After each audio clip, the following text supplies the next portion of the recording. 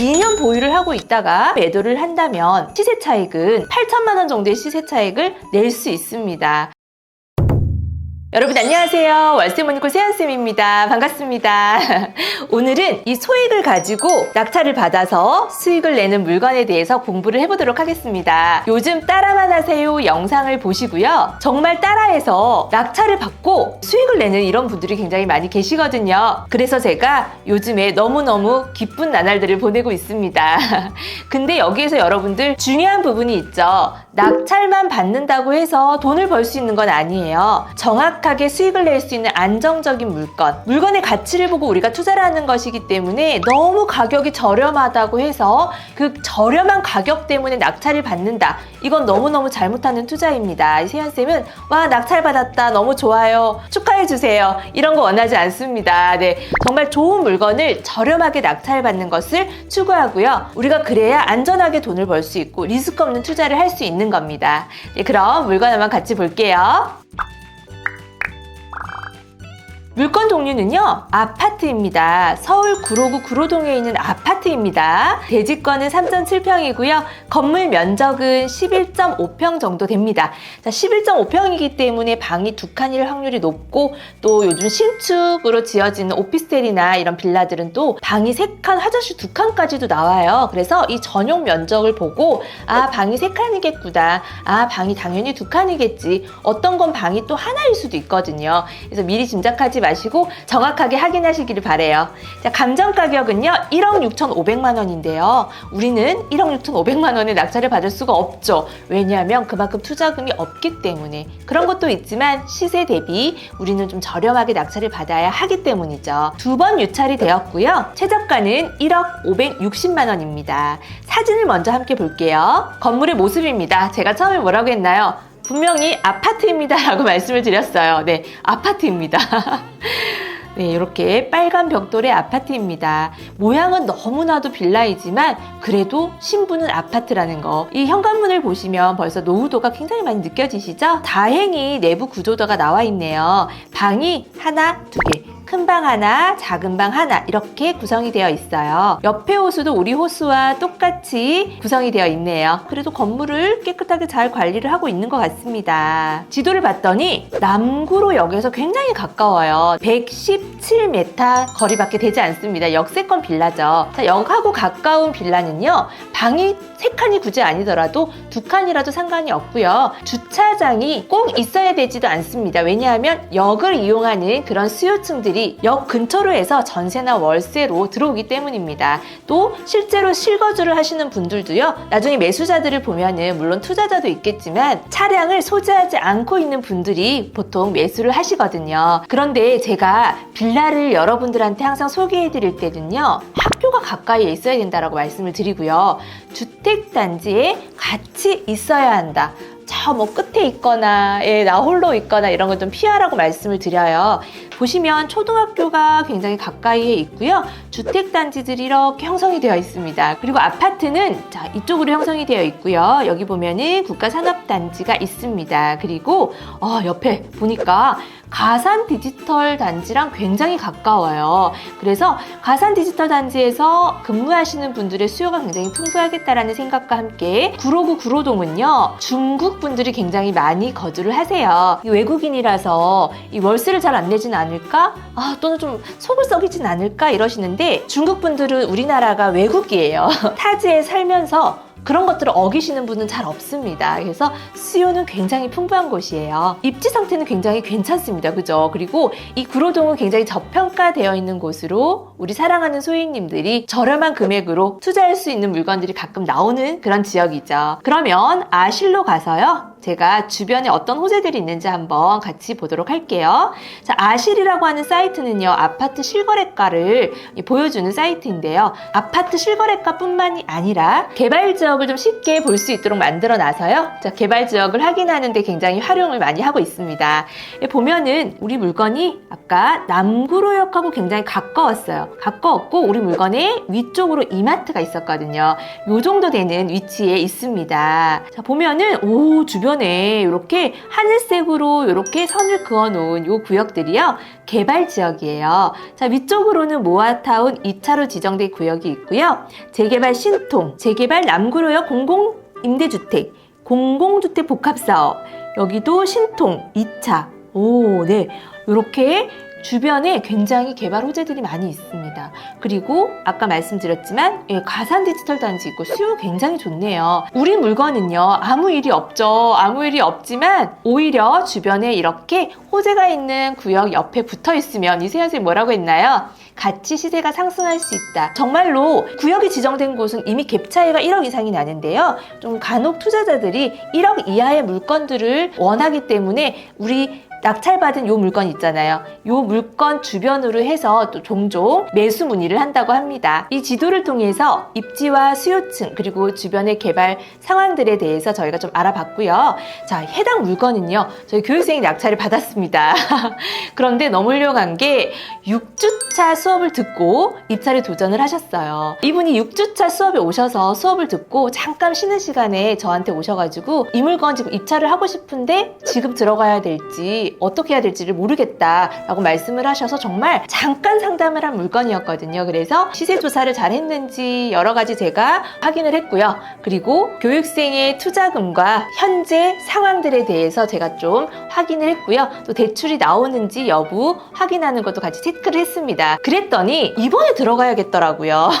근데 제가 그랬어요. 단독 입찰이 될 수도 있어요. 왜냐하면 물건은 아파트잖아요. 아파트로 나와 있는데 사진을 클릭했을 때는 너무 별로잖아요. 그랬을 때 많은 분들이 패스할 수 있는 물건이에요. 하지만 우리는 수익을 보고 들어가는 거고 물건의 가치를 보는 거기 때문에 제가 물건 참 잘 골랐습니다 라고 말씀을 드렸고요. 입찰 준비하세요 라고 말씀을 드렸어요. 그런데 이분이 1억 1,588만 원의 입찰가를 쓴 이유는요, 투자금이 많지 않았기 때문에 너무 높은 금액을 쓸 수가 없었어요. 이 물건의 시세는요, 조사를 했을 때 매매가는 2억 정도 형성이 되고요.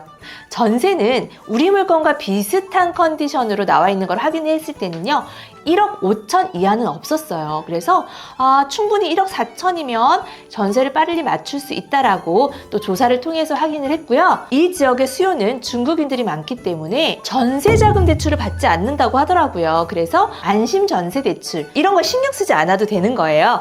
그래서 그런 거 상관없이 형성되어 있는 지금 전세가는 1억 5천 정도로 확인이 되었습니다. 그럼 우리가 1억 1,588만 원으로 낙찰을 받고 1억 4천에 전세를 내도 빨리 낼 수 있는 거잖아요. 플러스 피가 되는 거죠. 무려 2,400만 원이나 풀피가 된답니다. 물론 수리 비용이 따로 들기는 하지만 그래도 충분히 풀피가 가능한 물건이었어요. 또 나중에 우리가 2년 보유를 하고 있다가 내 투자금 하나 묶이지 않고 모두 회수되고 또 플러스 피까지 해서 더 투자금이 불어나잖아요. 2년 보유를 하고 있다가 우리가 2억에 매도를 한다면 시세 차익은 8천만 원 정도의 시세 차익을 낼 수 있습니다. 물론 양도세라고 하는 세금을 내야 하지만 그냥 액면상 세전 금액으로 봤을 때는 8천만 원.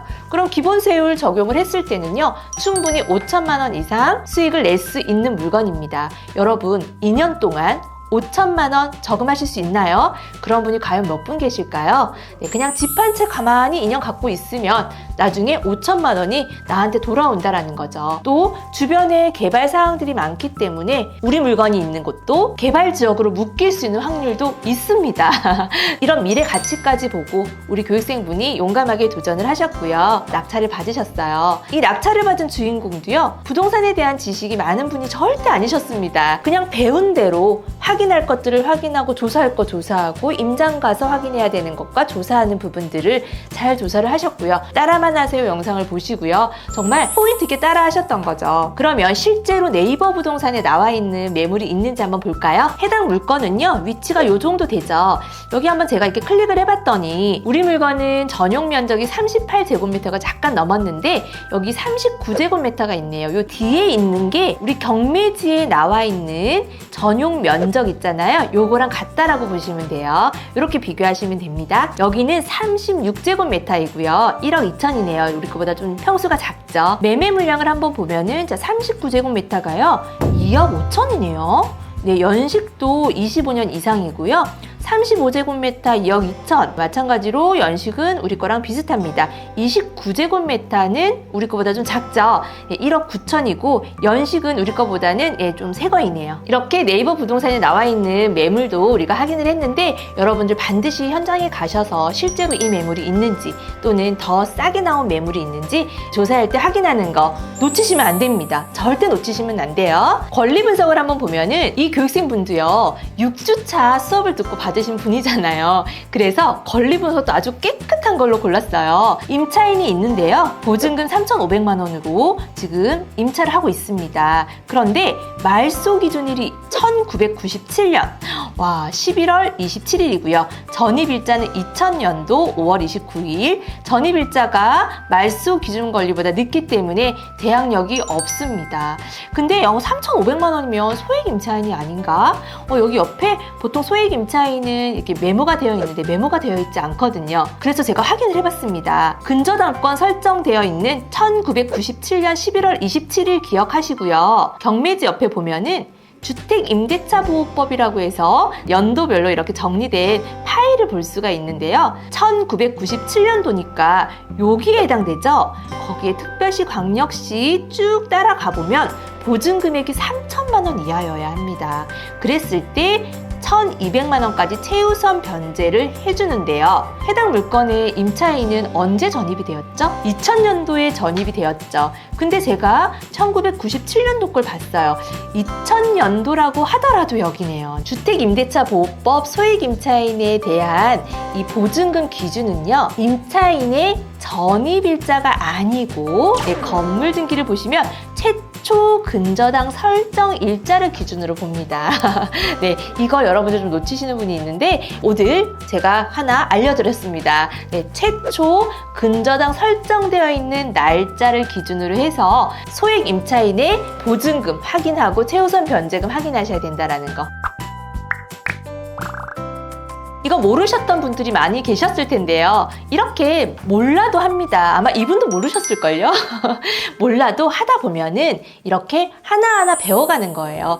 우리는 권리 분석에서 대항력이 있는지 없는지, 임차인의 보증금을 내가 인수해야 되는지 인수해야 되지 않는지만 따지고 특별하게 위험한 가처분이 없는지만 확인하신 다음에 입찰에 도전하시면 되고, 이 권리 분석은 그 정도만 아셔도 여러분들 정말 할 수 있는 물건이 너무 많고 위험하지 않은 물건들이 너무 많습니다. 자, 우리 사랑하는 소액님들 어떠신가요?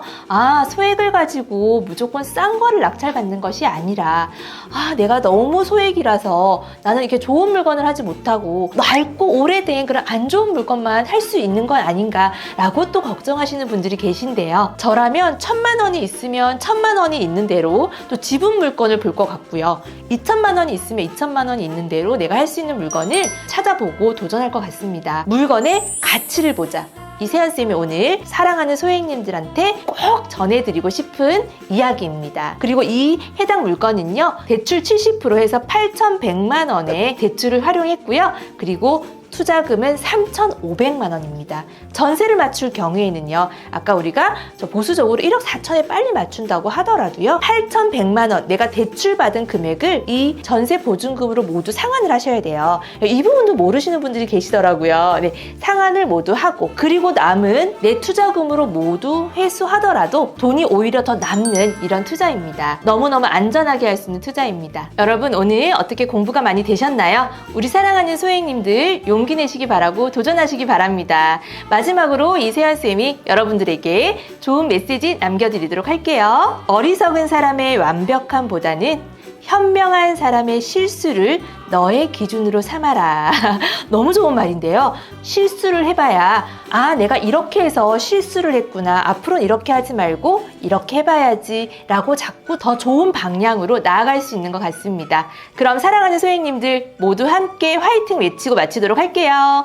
하나, 둘, 셋, 화이팅! 안녕!